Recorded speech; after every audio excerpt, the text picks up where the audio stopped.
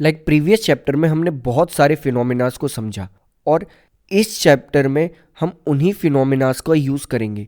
लेकिन अगर हम सिंपली बात करें तो हमने प्रीवियस चैप्टर में जो लास्ट फिनोमिना समझा था वो था रिफ्रैक्शन। रिफ्रैक्शन का यूज़ हम बहुत सारे ऑप्टिकल इंस्ट्रूमेंट्स में भी करते हैं, लाइक कैमराज, माइक्रोस्कोप, टेलीस्कोप्स। ये सभी बिना रिफ्रैक्शन के अपना वर्क नहीं कर पाएंगे। दैट्स इट कि यहाँ पर रिफ्रैक्शन होता है, लेकिन इनके अलावा एक और जगह पर रिफ्रैक्शन होता है, दैट इज़ हमारी आई, और we can say human eye. हम भी रिफ्रैक्शन की वजह से ही किसी भी चीज़ को देख पाते हैं और वी कैन से किसी भी चीज़ को देखते समय उस पर फोकस कर पाते हैं।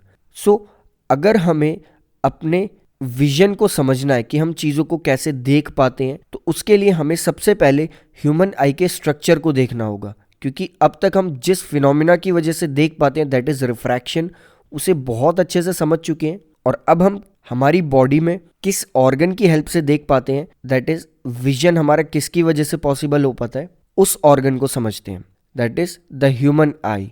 सो ह्यूमन आई के कुछ बहुत इंपॉर्टेंट कंपोनेंट्स होते हैं जिससे हमारी ह्यूमन आई बनती है। इसमें सबसे पहला नाम आता है कॉर्निया का। कॉर्निया हमारी ह्यूमन आई का आउटर मोस्ट स्ट्रक्चर होता है जो हमारी ह्यूमन आई में सबसे बाहर प्रेजेंट होता है। एक्चुअली में ये एक तरह से गार्ड की तरह वर्क करता है। गार्ड इन सेंस जैसे एक फ़ोन पर स्क्रीन गार्ड हम लगा देते हैं, उसी तरह से हमारी आई की ये आउटर प्रोटेक्टिव लेयर होती है जिसे कॉर्निया कहा जाता है। अब इस आउटर प्रोटेक्टिव लेयर के बाद हमारी आई में एक लिक्विड होता है जिसे हम कहते हैं एक्वस ह्यूमर। उस लिक्विड के बाद एक इम्पॉर्टेंट कंपोनेंट आता है, दैट इज़ हमारा आइरिस। ये आइरिस ही होता है जिसकी वजह से हमारी आई का colour brown, blue, black, white, ये सारे कलर्स दिखाई देते हैं। लेकिन इसके अलावा आइरिस का एक इम्पॉर्टेंट फंक्शन और होता है जिसे हम अभी फर्दर डिस्कस करेंगे। आइरिस के बाद एक होल हमारी आई में होता है जिसे कहा जाता है प्यूपिल, जहाँ से लाइट एंटर करती है। आइरिस से ह्यूमन आई में लाइट एंटर नहीं करती, लाइट एंटर करती है आइरिस के वजह से क्रिएट करे गए एक होल से जिसे हम कहते हैं प्यूपिल।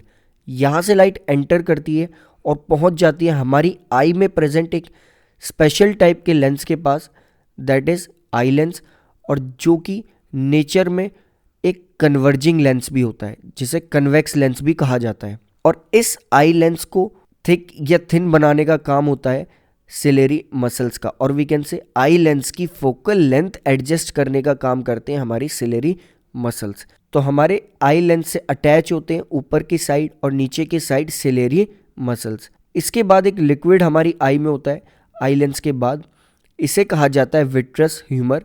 इसके बाद जहाँ पर इमेज बनती है एक स्क्रीन होती है हमारी आई में, दैट इज़ रेटिना। जिस जगह पर इमेज बनती है, क्योंकि हमने पढ़ा था कि कन्वेक्स लेंस हमेशा रियल इमेज बनाता है, सो यहाँ पर भी एक रियल इमेज बनेगी प्लस इन्वर्टेड इमेज बनेगी। अब इस चीज़ के बारे में फर्दर डिस्कस करेंगे कि अगर इन्वर्टेड इमेज बनती है तो हमें सभी चीज़ें उल्टी क्यों नहीं दिखाई देती। बट रेटिना पर इमेज बनती है, रेटिना वो लेयर होती है जिस पर इमेज फॉर्म होती है। इसके बाद ये इमेज फॉर्म होने के बाद ये सिग्नल्स जाते हैं हमारे ऑप्टिक नर्व के थ्रू ब्रेन्स में। लेकिन यहाँ पर दो चीज़ें और प्रेजेंट होती हैं रेटिना पे जो इमेज फॉर्मेशन में हेल्प करती हैं, that is cones and rods. Cone shape के सेल्स और रॉड शेप्स के सेल्स जो कि अलग अलग चीज़ों को सेंस करते हैं। नेक्स्ट हम आई की वर्किंग देखते हैं। तो सबसे पहले लाइट एंटर करती है कॉर्निया से। कॉर्निया में जब वो एंटर करती है तो एक तरह से वो एयर से अपना मीडियम चेंज कर रही है, तो रिफ्रैक्शन तो यहीं से स्टार्ट हो जाता है। और जब यहाँ से रिफ्रैक्शन स्टार्ट हो जाता है, लाइट एंटर करती है कॉर्निया से, वो लाइट पहुँचती है हमारे आइरिस या फिर हम कहें प्यूपिल तक।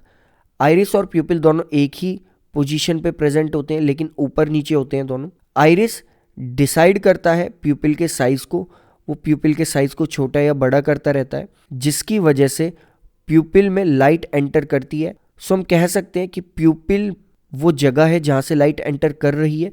सो एक्चुअली में प्यूपिल डिसाइड करता है कि कितनी लाइट जानी चाहिए, तो जितना बड़ा ये होल होगा उतनी ज़्यादा लाइट एंटर करेगी। बट रियल में इस प्यूपिल का साइज़ कौन एडजस्ट करता है, वो करता है आइरिस। इसके बाद हमने देखा था कि आइरिस हमारी आई कलर के लिए भी रिस्पॉन्सिबल होता है। नेक्स्ट अगर हम लाइट को देखें तो लाइट कॉर्निया से एंटर कर चुकी है, वो प्यूपिल के थ्रू हमारे अब लेंस तक पहुंच गई है।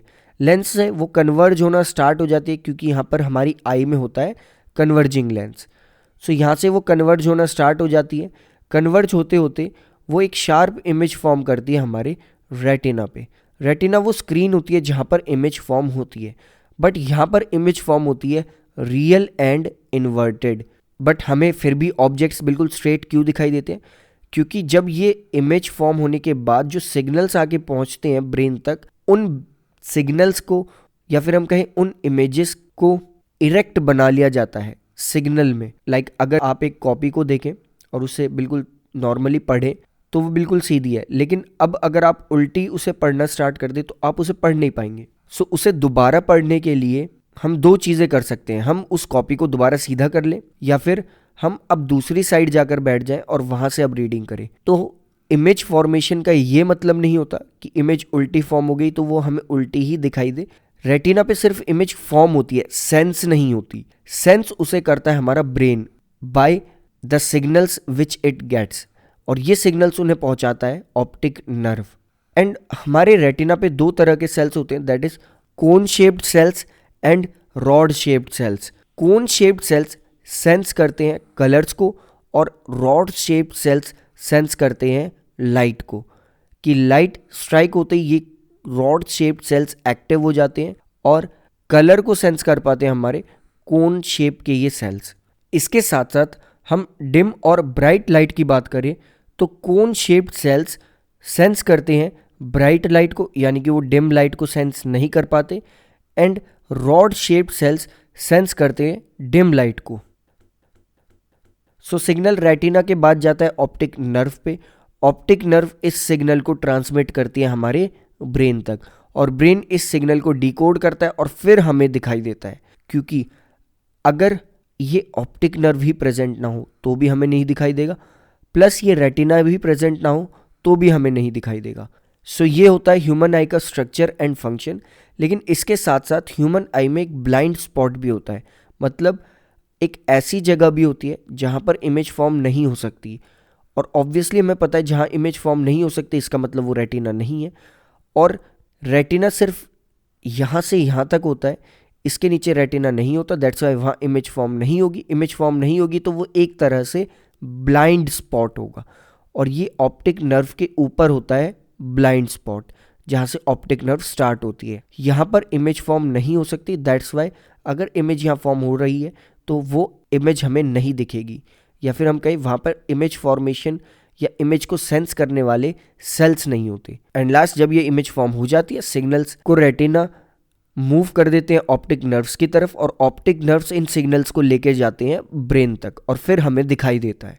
और ये प्रोसेस बहुत जल्दी जल्दी होता है। नेक्स्ट हमारे आई में प्रेजेंट एक इम्पॉर्टेंट पार्ट की अगर हम बात करें, दैट इज आइरिस। आइरिस हमारी आई का वो पार्ट होता है जो प्यूपिल के साइज को कंट्रोल करता है, और प्यूपिल का साइज अगर बड़ा छोटा होता है तो इसकी वजह से लाइट ज़्यादा एंटर करती है और कम एंटर करती है।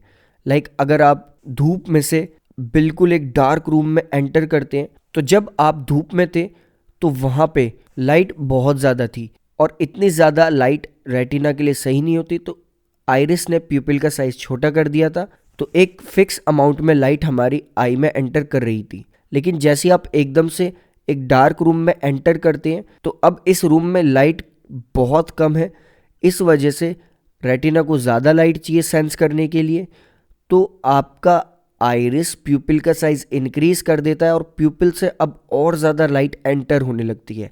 इसकी वजह से स्टार्टिंग के कुछ सेकंड्स में आपको बिल्कुल अंधेरा दिखता है, लेकिन धीरे धीरे जब आपका रेटिना उस लो लाइट को भी सेंस करने लगता है तो आपको सारी चीज़ें क्लियरली दिखाई देने लगती है।